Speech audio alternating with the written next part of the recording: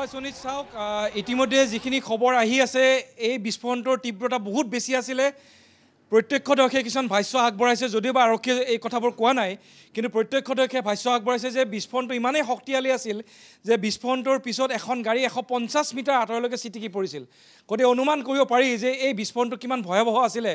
আৰু এই বিস্ফোৰণত মৃতকৰ সংখ্যা আৰু বৃদ্ধি পোৱাৰ সম্ভাৱনা আছে 30 গৰাকীতকৈ অধিক লোকক আমি আগতে কৈছিলোঁ 24 গৰাকী লোক কিন্তু এতিয়া আমাৰ হাতলৈ খবৰ হৈছে যে 30 গৰাকীতকৈ অধিক লোক ইতিমধ্যে চিকিৎসালয়ত ভৰ্তি কৰা হৈছে LNJP মই আকৌ কৈছোঁ LNJP হস্পিটেলত ভৰ্তি কৰা হৈছে গতিকে মৃতকৰ সংখ্যা হয়তো আৰু বৃদ্ধি পাব পাৰে এই ধৰণৰ খবৰ কিছুমান আহিছে আৰু এই যিটো ঘটনা এই ঘটনাত আসলতে দুটা ইতিমধ্যে খবৰ আহি আছে যদিওবা কোনো অফিচিয়েলি কোনো জনোৱা নাই যে এখন পাৰ্ক কৰি থোৱা গাড়ী এখন পাৰ্ক কৰা আছিলে সেই পাৰ্ক কৰি থোৱা গাড়ীখনত এই বিস্ফোৰণ সংঘটিত হৈছে বুলি কোৱা হৈছে আন এটা পক্ষই ক'ব খোজে যে চলন্ত গাড়ী এখনত এই বিস্ফোৰণ হৈছিলে গতিকে অফিচিয়েলি কিন্তু কোনো কথা অহা নাই কিন্তু এই মুহূৰ্তত আকৌ এটা গুৰুত্বপূৰ্ণ খবৰ আহিছে যে দিল্লীৰ বিস্ফোৰণৰ ঘটনাৰ সৈতে জড়িত এজনক গ্ৰেপ্তাৰ কৰা হৈছে এই মুহূৰ্তত এটা ডাঙৰ খবৰ যে দিল্লীৰ বিস্ফোৰণৰ ঘটনাৰ সৈতে জড়িত এজনক ইতিমধ্যে গ্ৰেপ্তাৰ কৰা হৈছে যেটো সমগ্ৰ এই ঘটনাক্ৰমৰ পিছতেই NSG NIA দিল্লী আৰক্ষী আৰু যি চোৰাংচোৱা সূত্ৰ সংস্থাসমূহ আছে সকলো যুদ্ধকালীন তৎপৰতাৰে ঘটনাস্থলীলৈ গৈছে অনুসন্ধান আৰম্ভ কৰিছে CCTV ফুটেজ কালেক্ট কৰি সেইবোৰ পৰীক্ষা কৰাৰ ব্যৱস্থা কৰিছে কোনে কেতিয়া এই গাড়ীখন ৰখাইছিল বা ৰানিং অৱস্থাত গাড়ী এখন গৈ থকা অৱস্থাতে এই বিস্ফোৰণ হ'ল নেকি সেই অঞ্চলটো নহয় অন্য অঞ্চলত এই গাড়ীখনত বোমা সংস্থাপন কৰাৰ পৰিকল্পনা আছিল নেকি এই ধৰণৰ বিভিন্ন কথা ইয়াত জড়িত হৈ আছে যেহেতু কিছু সময় আগত এই গোটেই ঘটনা সংঘটিত হৈছে গতিকে এতিয়াই নিশ্চিতভাৱে একো কথা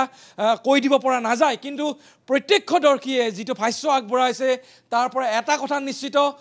অতি শক্তিশালী বিস্ফোৰণ আছিলে 150 মিটাৰ আঁতৰলৈ এখন গাড়ী ছিটিকি গৈছিলে সেই অঞ্চলটো যিটো অঞ্চলত এই বোমা বিস্ফোৰণ সংঘটিত হৈছে তাৰ ওচৰৰ পাজৰ যিবোৰ অট্টালিকা আছিলে সেই অট্টালিকাৰ আইনাবোৰ ভাঙি একদম চুৰমাৰ হৈ গৈছিলে গতিকে বহুত ডাঙৰ এটা ব্লাষ্ট আছিলে আৰু এই যিটো ব্লাষ্ট আছিলে ভয়ংকৰ ব্লাষ্ট ইয়াৰ আসল লক্ষ্যস্থান কি আছিলে সেয়া কিন্তু এতিয়ালৈকে নিশ্চিত হ'ব পৰা নাই যে ৰানিং অৱস্থাত থকা এখন গাড়ীত এই বিস্ফোৰণ সংঘটিত হ'ল নে ৰখাই থোৱা গাড়ী এখনত বিস্ফোৰণ সংঘটিত হ'ল সেই কথা কিন্তু আৰক্ষীয়ে ইতিমধ্যে অফিচিয়েলি কিন্তু কোনো কথা ব্যক্ত কৰা নাই কিন্তু সেই সময়ত ঘটনাস্থলীৰ আশে-পাশে যিসকল লোক জড়িত আছিলে তেওঁলোকে যিবোৰ ভাষ্য আগবঢ়াইছে সেইবোৰ কিন্তু অতি ভয়াৱহ ভাষ্য গতিকে আৰু ইনভেষ্টিগেশ্যন চলি আছে NIA টিম আহিছে ফৰেনচিকৰ টিম আহিছে SPG স্পেচিয়েল যি ফ'ৰ্চ আছে সকলো আহিছে তালৈকে আহি এই বিস্ফোৰণত কেনেকুৱা ধৰণৰ বিস্ফোৰক তাত ব্যৱহাৰ কৰা হৈছিলে ফৰিদাবাদৰ ঘটনাৰ সৈতে যি বিস্ফোৰক জব্দ কৰা হৈছিলে সেই ঘটনাৰ সৈতে এই ঘটনাৰ কিবা সম্পৰ্ক আছে নেকি এই গোটেই ঘটনাবোৰ চাই থকা হৈছে আৰু বিশেষকৈ জৈশ-ই মহম্মদ আকৌ বাৰে এটা কথা উল্লেখ কৰি থকা হৈছে চৰ্চালৈ আহিছে জৈশ-ই মহম্মদ কাৰণ এই ভাৰতৰ যিবোৰ ঘটনা সংঘটিত হৈছে পাকিস্তান সমৰ্থিত জৈশ-ই মহম্মদত ইয়াত কি ভূমিকা আছে কাৰণ জম্মু কাশ্মীৰ আৰু উত্তৰ প্ৰদেশৰ সাহাৰানপুৰত যিখিনি যি জৈশ-ই মহম্মদৰ পতাকা ৰাজহুৱা স্থানত